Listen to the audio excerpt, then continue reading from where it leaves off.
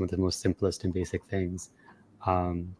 Yeah, no, I think that's really useful. And, to that point around communication, one of the things I always think about around mindfulness and awareness of language is I have like a pretty simple rule around skillful communication, was whether whatever I say is, truthful, useful, timely, and kind. It's a very like simple Dharma hack. Have you all used that at all? And Sebene, if you'd like to comment on this, and how has that, shaped the way you've, brought your language into this type of work, particularly around belonging. I noticed in your book, like that was like a consistent theme over and over again when I was reading it. And it really inspired me to be like, oh yeah, like this is a way of being in the world, right? Where we could actually cause harm through our language, even though it's in service of equity.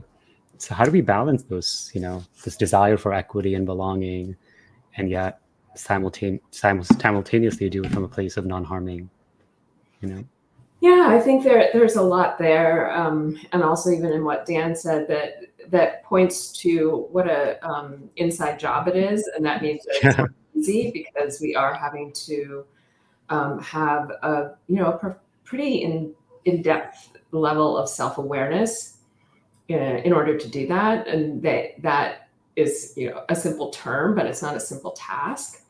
And so cultivating these practices of understanding what's happening within us, like what our intentions are, what's coming out of our mouths, being able to reflect on it, being able to then make amends for things that we've said. Dan and I have had public conversation about challenges we've had in our own relationship around some of these issues. And so to be able to do that for ourselves and with each other is really important.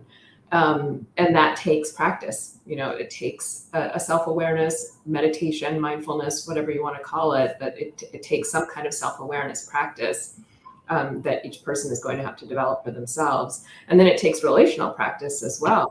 So interpersonal relationships, and then not to mention community. And if we're doing public work, then with our audiences. And so it can get pretty complex pretty fast.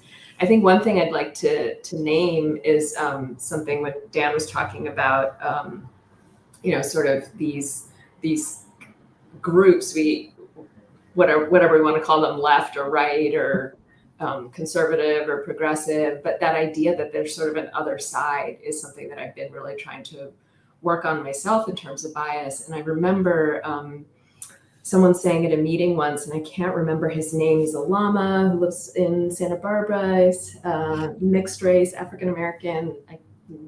One of you might remember, but do want to give him credit for this. But someone was talking about, taking a side, and he said, no, it's not about taking a side, it's about taking a stand. And that character you described from that show reminded me of the show Reservation Dogs, and the orphan character, young kid who is he's sort of the most kind of woke person of the four of them. Often just introduce himself and give his pronouns, or explain how someone is but he does it in this totally unself-conscious way that is just him, like just in a very nondescript way, taking a stand. And it's not about this side or that side, but it's about living from this place of real authenticity, but integrity. And so I've been really considering that and moving through the world, not taking sides and really trying not to see sides at all. And living this truth that the paradox that I'm always talking about is that we're not separate and we're not the same. And to really try and understand that from a lived perspective, not just a theoretical or conceptual idea. And to do that means that, yes, then I will speak with more kindness and with more attention to being understood, and really let go of this need to dominate or to create a new kind of hierarchy through this work. Where we're the ones who know and other people don't, like to bring everyone along for this really important process of waking up together. And so how to do that day to day is my practice. Amen. And, you know, I grew up in a Hindu Buddhist tradition, right? So this idea of non-dualism was like present in my household growing up day in and day out. You know, and oftentimes when I would say that, well, you know, create these binaries of us and them, you know, I'd be reminded by my grandma that there is no them, there's just us, right? Ultimately, the people you think are them are more like you than unlike you. You just have to kind of wait and reflect on that.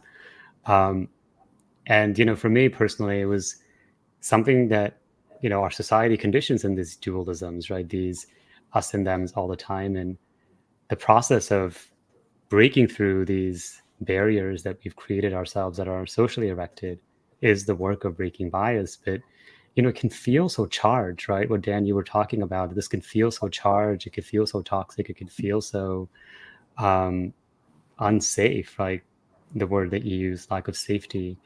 So for me, it's actually really playful. It's really exciting because we get to play together, particularly with friends we haven't played with before. Um, but what would it take for us to actually make that leap? You know, particularly in the audiences and communities you work with, where you feel that lack of safety. How do we introduce that joy and play in it in order to kind of bring, you know, some shift, you know, inner and outer?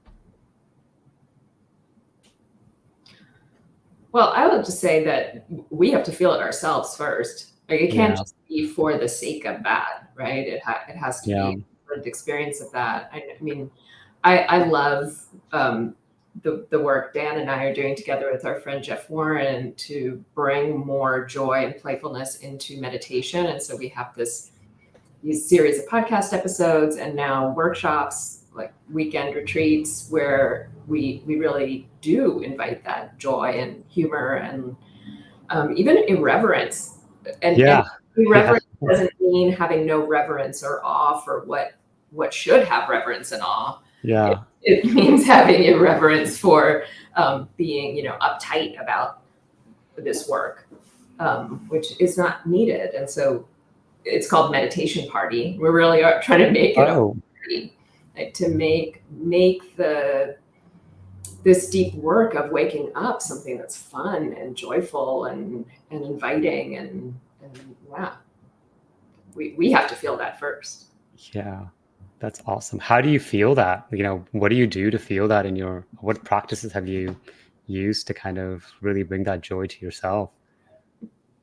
Shit talking each other, I think, right? That's great.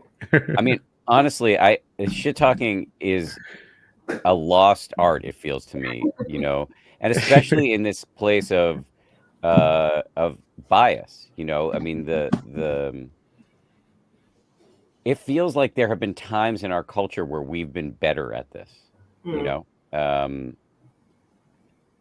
And in my friend group, there's a reasonable amount of difference, and what gives it that crackle, which is what I've always loved about knowing diverse people in a workplace or in a social setting, or is the shit talking, taking risks, Yeah. saying things that are inappropriate, and like all of that seems to have evaporated in a pretty significant way, and I think that is a huge loss.